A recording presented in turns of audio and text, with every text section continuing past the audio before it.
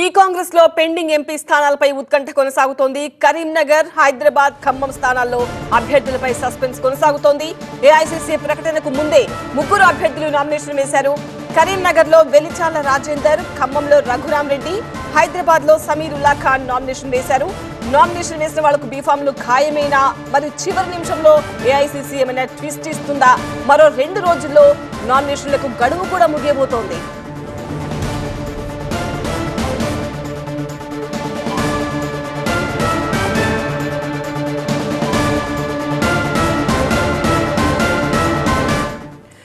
తెలంగాణ కాంగ్రెస్ లో 3 స్థానాల్లో MP అభ్యర్థులపై suspense కొనసాగుతూనే ఉంది. సస్పెన్స్ కొనసాగుతున్నప్పటికీ అభ్యర్థులు మాత్రం సమయం లేదు మిత్రమా అంటూ నామినేషన్ వేసేశారు. కరీంనగర్, హైదరాబాద్, ఖమ్మం ఈ 3 స్థానాల్లో ఫైనల్ అయ్యే అభ్యర్థులు వాళ్లేనా, లేదంటే చివరి నిమిషంలో ఏమైనా మార్పులు చేర్పులతో ఏఐసీసీ షాక్ ఇస్తుందా అన్న ఉత్కంఠ నెలకొంది. ఏడాదిగా ప్రయత్నించిన సంతానం కలగలేదా? నోవా ఐవీఎఫ్ లో ఫెర్టిలిటీ ఎక్స్పర్ట్స్ ను కలవండి. మాతృత్వం కల నెరవేర్చుకోవడానికి ఉచితంగా సంప్రదించండి.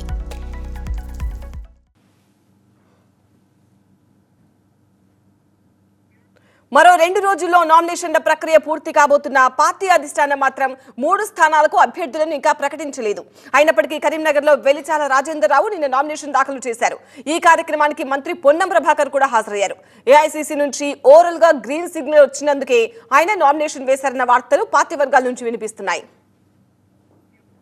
కరీంనగర్ స్థానానికి అలిగిరెడ్డి ప్రవీణ్ రెడ్డి, వెలిచాల రాజేందర్ రావు పేర్లు పరిశీలనలో ఉన్నట్టు చాలా కాలంగా ఏఐసీసీ, పీసీసీ నేతలు ఓపెన్ గానే చెప్తూ వచ్చారు. ఫైనల్ చేయడంపై సమావేశాలు కూడా నిర్వహించారు. ఏఐసీసీ లాంఛనంగా ఎలాంటి ప్రకటన చేయకుండానే రాజేందర్ రావు నామినేషన్ వేయడం జిల్లాలో హాట్ టాపిక్ గా మారింది. మంత్రి పొన్నం ప్రభాకర్ హాజరు కావడంతో ఏఐసీసీ దాదాపుగా రాజేందర్ రావు పేరునే ఖరారు చేసే అవకాశం ఉందన్న సంకేతం ఇచ్చినట్టయింది. లాంఛనంగా అభ్యర్థిపై ఏఐసీసీ నిర్ణయం తీసుకున్న తర్వాత బీఫామ్ పంపిణీ కానుంది. రాజేందర్ రావే కంటిన్యూ అవుతారా, లేక చివరి నిమిషంలో మరో పేరు ఏదైనా తెరమీకి వస్తుందా? ఇలా చాలా అనుమానాలు వెంటాడుతున్నాయి. ఇక ఖమ్మం విషయానికి వద్దాం. ఖమ్మం నియోజకవర్గానికి అభ్యర్థిని ఖరారు చేయడం పీసీసీ, ఏఐసీసీలకు సవాల్గా మారిందనే చెప్పొచ్చు. ఈ స్థానం నుంచి డిప్యూటీ సీఎం మల్లు భట్టి విక్రమార్క తన సతీమణి నందినికి అవకాశం ఇవ్వాలని కోరారు. ఢిల్లీలో జరిగిన కాంగ్రెస్ సెంట్రల్ ఎలక్షన్ కమిటీ సమావేశాల్లో కూడా ఇదే ప్రతిపాదన చేశారు. మరోవైపు మంత్రి పొంగులేటి శ్రీనివాస్ రెడ్డి తన సోదరుడు ప్రసాద్ రెడ్డిని నిలబెట్టాలనుకున్నారు. వీళ్ళిద్దరి పేర్లు తెరపైకి వచ్చిన సమయంలోనే మాజీ మంత్రి మండవ వెంకటేశ్వరరావు పేరు కూడా బలంగా వినిపించింది.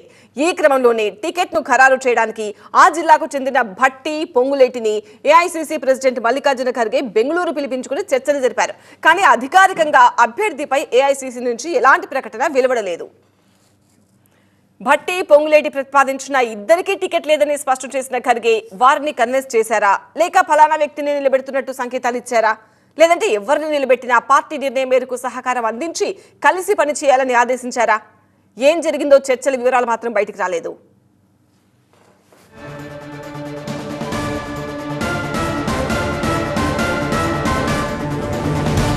మొత్తానికి ఏఐసీసీ నుంచి ప్రకటన వెలువడక ముందే ముగ్గురు అభ్యర్థులు నామినేషన్ వేశారు. మరి అధిష్టానం అభ్యర్థులను ఎప్పుడు ప్రకటిస్తుంది? వారికే బీఫామ్ ఇస్తుందా, లేక ఇంకేదైనా ట్విస్ట్ ఉంటుందా అన్న చర్చ నడుస్తోంది.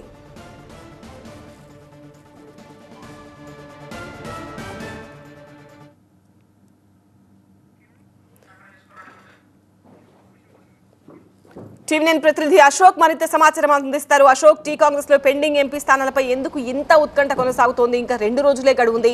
మరి కరీంనగర్, హైదరాబాద్, ఖమ్మం స్థానాల్లో అభ్యర్థులపై ఎప్పుడు సస్పెన్స్ వీడుతుంది? రైట్, ఇప్పటివరకు ఏఐసీసీ ప్రకటించిన స్థానాలు 14. అయితే ఈ 14 స్థానాలకు సంబంధించి ఈరోజు సాయంత్రం గాంధీ భవన్లో బీఫామ్లు ఇచ్చే అవకాశం కనిపిస్తుంది. దానికి సంబంధించినటువంటి ఏర్పాట్లు కూడా ఇప్పటికే జరిగిన పరిస్థితి మనకు కనిపిస్తుంది. అయితే మిగిలిన 3 స్థానాలకు సంబంధించి ఏఐసీసీ ప్రకటించినప్పటికీ కూడా ఇప్పటికే ఏఐసీసీ నుంచి కూడా ఆ నాయకులకు ఎవరికైతే టికెట్ని అయితే ఇవ్వదలుచుకున్నారో వాళ్ళందరికీ కూడా ఇప్పటికే ఫోన్ చేసి మాట్లాడినట్టుగా తెలుస్తుంది. ఇప్పటికే రాజేందర్ రావు అటు కరీంనగర్లో వేయడం జరిగింది. ఆయనతో పాటు మంత్రి కూడా పాల్గొనడం జరిగింది. మంత్రి స్వయంగా మాట్లాడుతూ కూడా ఏఐసీసీ నుంచి ఆదేశాలు ఉన్నాయి, అందుకే నేను కూడా పార్టిసిపేట్ చేశానని చెప్పడం జరిగింది. సో రాజేంద్రరావుకి అక్కడ కరీంనగర్లో కన్ఫర్మ్ అయిన పరిస్థితి మనకు కనిపిస్తుంది. కొద్దిసేపటి క్రితమే అటు సమీరుల్లా ఖాన్ హైదరాబాద్కి సంబంధించినటువంటి డీసీసీ అధ్యక్షుడు సమీరుల్లా ఖాన్ కూడా నామినేషన్ వేసినట్టుగా తెలుస్తుంది. సో ఆయనకు కూడా అటు హైకమాండ్ నుంచి ఇప్పటికే ఆదేశాలు ఉన్న నేపథ్యంలో ఆ టికెట్ కూడా కన్ఫర్మ్ అయినట్టుగా తెలుస్తుంది. బట్ ఏఐసీసీ అధికారికంగా ప్రకటించాల్సి ఉంది. ఇక ఖమ్మం విషయానికి వస్తే ఖమ్మం విషయం చాలా హాట్ సీట్గా మారింది. చాలా రోజుల నుంచి కూడా ఎవరికి ఆ సీట్ ఉంటుందని చెప్పి ఒక ఉత్కంఠ అయితే నడిచింది. చివరి వరకు కూడా అటు మల్లికార్జున ఖర్గే కావచ్చు, అటు డీకే శివకుమార్ కావచ్చు, ముఖ్య నాయకులు మొత్తం కూడా ఈ టికెట్ పైన మంత్రాలు జరిపిన పరిస్థితి మనకు కనిపిస్తుంది. నిన్ననే అటు ఈ టికెట్ ఆశించినటువంటి భట్టి విక్రమార్క అలాగే పొంగులేటి కూడా అటు ఢిల్లీకి అటు బెంగళూరు వెళ్ళి కూడా మాట్లాడిన పరిస్థితి మనకు కనిపిస్తుంది. వాళ్ళని ఒప్పించిన తర్వాతనే ఆ టికెట్ కూడా కన్ఫర్మ్ చేసినట్టుగా తెలుస్తుంది.